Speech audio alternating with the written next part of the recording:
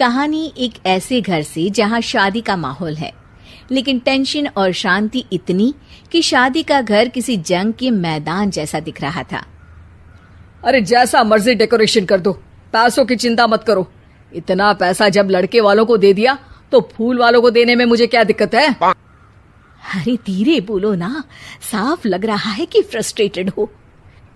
अरे तुम तो चुप ही रहो। एक बेटी संभाल नहीं पाई। सारा दिन मैं काम पर जाता था, सोचता था घर पर बच्चों को अच्छे से संस्कार मिल रहे होंगे, लेकिन नहीं, मैडम को तो अपनी किटी और फैशन से फुर्सत मिले तब ना। माँ चुपचाप वहां से चली जाती है। समझ में नहीं आता कि आखिर शर्मा खानदान में हो क्या रहा है। कल तक चिड़िया सी फुदकने वाली शीना की शादी यूं अचानक एक मोटे काले लड़के से क्यों हो रही है? शीना कमरे में हाथ में गुड़िया लिए बोलती है, मेरे साथ जो हो रहा है ठीक हो रहा है। तुम तो सब जानती हो, साहिल मेरे लिए भगवान है। अब जब वो ही नहीं मिला तो फिर कोई भी हो, जिंदगी ही तो जीनी है, जी लेंगे। बाहर शीना की बुआ किसी से बात करती है। अरे मोटा नहीं, उसे तो खाते पीते घर का कहते हैं।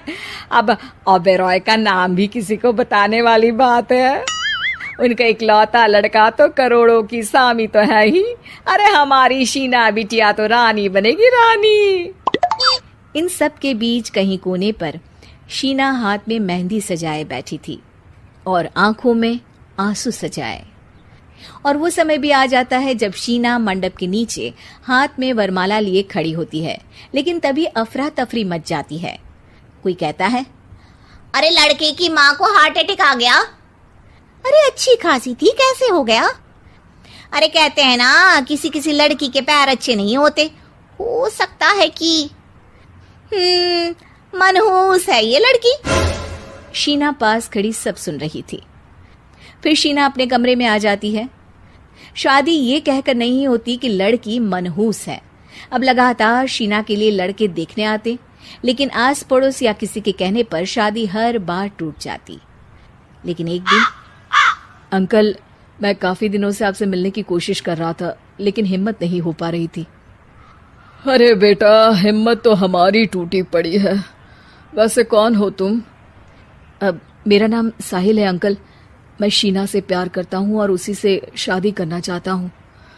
अरे अब तो किस जात के हो ये भी मायने नहीं रखता।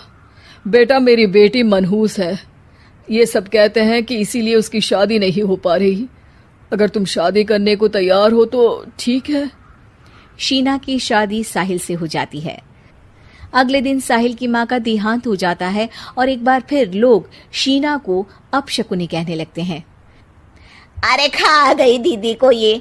अरे क्या जरूरत थी साहिल किसी मनहूस को घर लाने की? पर बुआ, माँ की तो तबीयत पिछले कई साल से खराब थी। डॉक्टर्स ने जवाब दे दिया था। क्या पता ये भी उनका सौभाग्य हो कि वो बहू का मुंह देख पाई। अरे बहू का मुंह देख पाई, या ये कह लो कि बहू का मुंह देखते ही स्वर्ग लोक सिधार गई। खैर, हमें क्या, घर तुम्हारा है, हम तो चले। अब शीना को खुद पर ही शक होने लगता है कि कहीं सच में वो अपशकुनी तो नहीं। साहिल, हम दोनों की शादी नहीं हुई होती तो अच्छा था। देखो ना, कैसे पहले मेरी शादी टूटती थी और अब तुम्हारी माँ भी।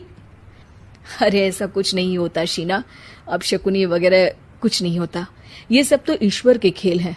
वो शादी तुम्हारी इसलिए टूट गई क्योंकि तुमको मेरी पत्नी बनाना था, और माँ का जाना तो तय था। वो काफी बुजुर्ग थी, साथ ही एक ऐसी बीमारी से जूझ रही थी जिसमें डॉक्टर्स भी उन्हें नहीं बचा पाते। शीना साहिल की बात सुनकर तसल्ली कर लेती है और वहां से चली जाती है। अगले दिन, शीना, अरे ओ शीना। क्या हुआ? उफ, कहीं फिर मेरी वजह से कोई नुकसान?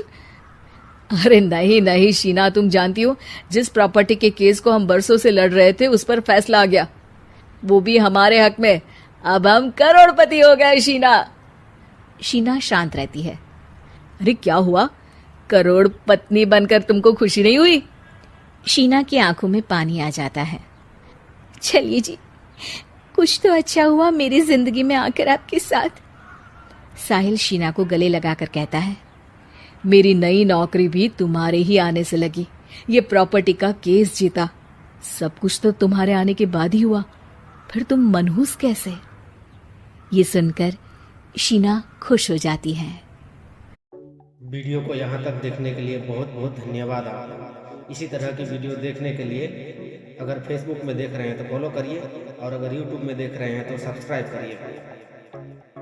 लाइक करना ना भूलिए, और वीडियो कैसी लगी कमेंट में ज़रूर लिखिए। धन्यवाद। राधे राधे।